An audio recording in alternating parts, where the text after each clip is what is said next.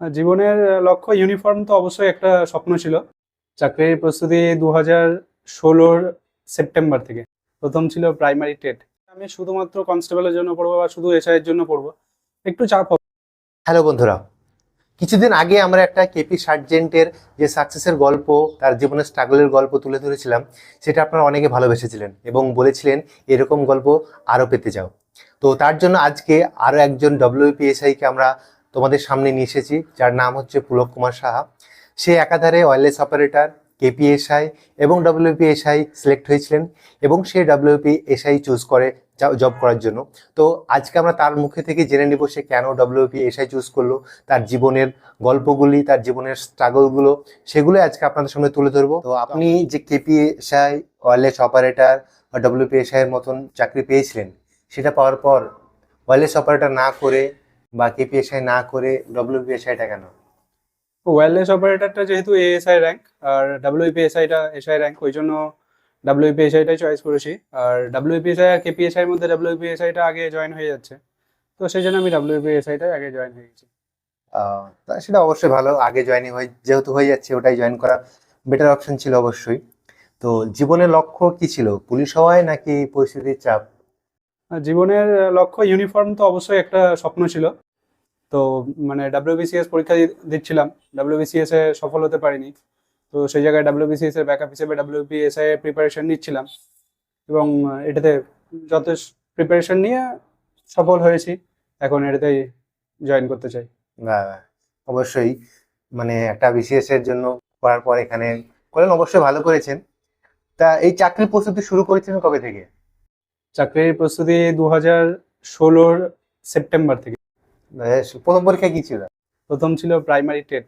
প্রথম primary TET. হ্যাঁ primary TET pass হওয়ার পর ইন্টারভিউ। হ্যাঁ, ইন্টারভিউর পর ওটা হয়নি নাকি? ইন্টারভিউ করে আবার হয়নি, ওটার সুযোগ পাইনি। ওটা ওটা প্রথম পরীক্ষা? ওটাই প্রথম পরীক্ষা। তা আর ওটা ছাড়া আর কি পরীক্ষা মানে ব্যর্থ হয়েছিলেন? তারপরে দিয়েছি গ্রুপ ডি দিয়েছি স্কুলের, এছাড়া সিএইচএসএল তিনবার দিয়েছি, এমটিএস তিনবার দিয়েছি, সিজিএল প্রিলি একবার দিয়েছিলাম, তাও শেষে।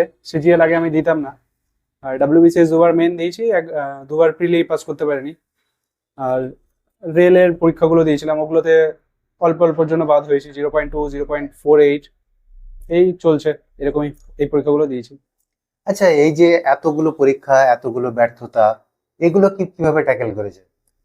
না, আমার যেটা হয়েছিল, পরীক্ষাগুলো প্রথম দিকে কম নাম্বার আসছিল, তারপর আস্তে আস্তে নাম্বারগুলো বাড়ছিল, মানে সফল হচ্ছিলাম না ঠিক আছে, কিন্তু নম্বরগুলো পরীক্ষাতে বাড়ছিল আস্তে আস্তে। তো সেই জন্য আমি পজিটিভই ছিলাম। হ্যাঁ, ফেল করলে তো অবশ্যই খারাপ লাগে, কিন্তু ঠিক আছে, আস্তে আস্তে ম্যানেজ করে নিয়েছিলাম। এই যে 2016 পর আবার এখানে 2023, লং টাইম, কিন্তু মোটিভেট কিভাবে রেখেছিলেন নিজেকে? মোটিভেট বলতে পরীক্ষা দিচ্ছিলাম, পরীক্ষা দিতেই থাকছিলাম। তো আস্তে আস্তে নাম্বারগুলো যখন বাড়ছিল তখন ভালো লাগছিল, তো এই জন্য আরো অসুবিধা হয়নি।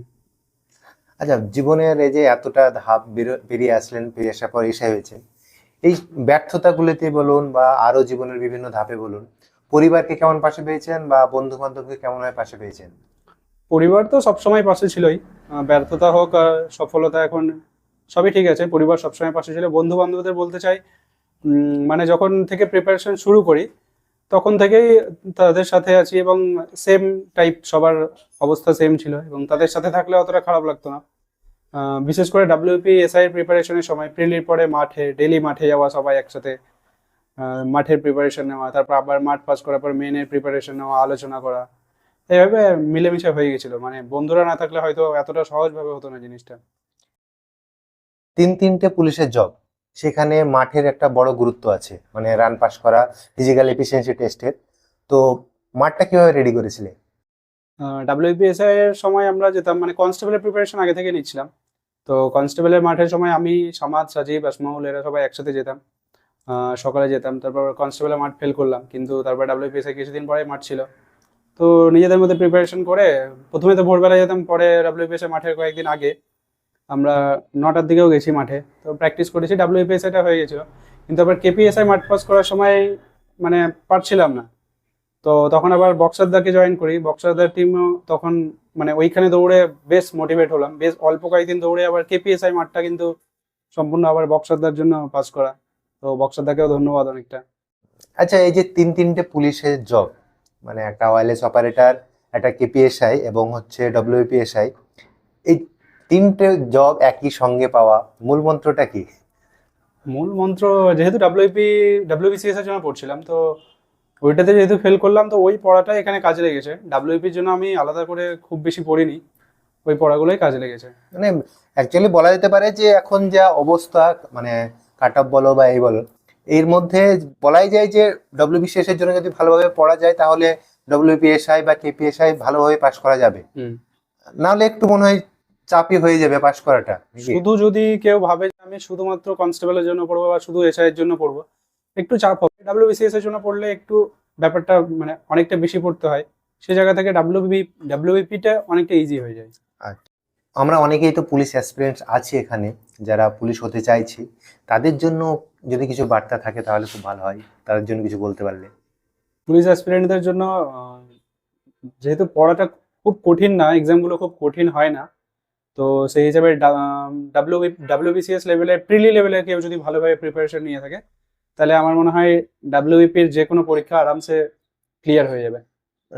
স্পেসিফিক্যালি কি কোনো বই ফলো করতে বলবেন?